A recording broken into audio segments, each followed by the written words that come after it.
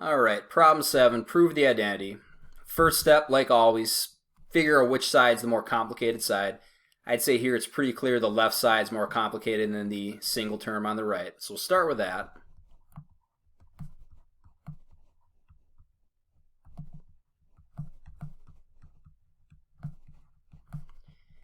And with this one, if it looks like this, I'd say look to factor right off the bat. Now this one, there's no common terms I can factor. So really the only thing I can do at this point is switch to sine and cosines and see if anything will cancel or if I can combine anything.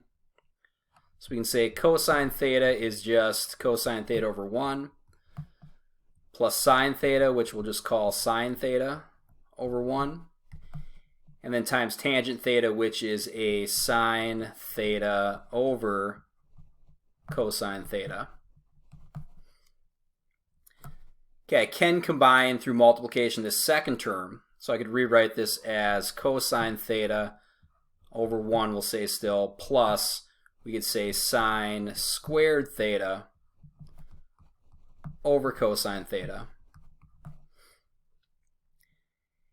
And what I see now that I have is basically two fractions that I can combine and put together, that I can add together. And to do that, I'm going to need a common denominator. My second fraction has a denominator of cosine. The first one's missing that. So I'm going to multiply top and bottom by cosine, over cosine.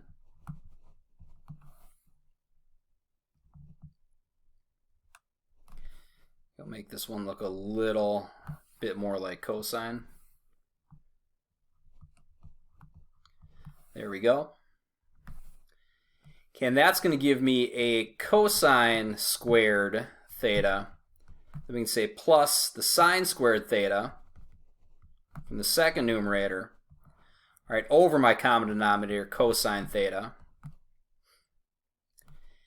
Okay, can't cancel here because I don't have the cosine in both terms in the numerator. What I can do is use a Pythagorean identity. I know that sine squared plus cosine squared is just a 1.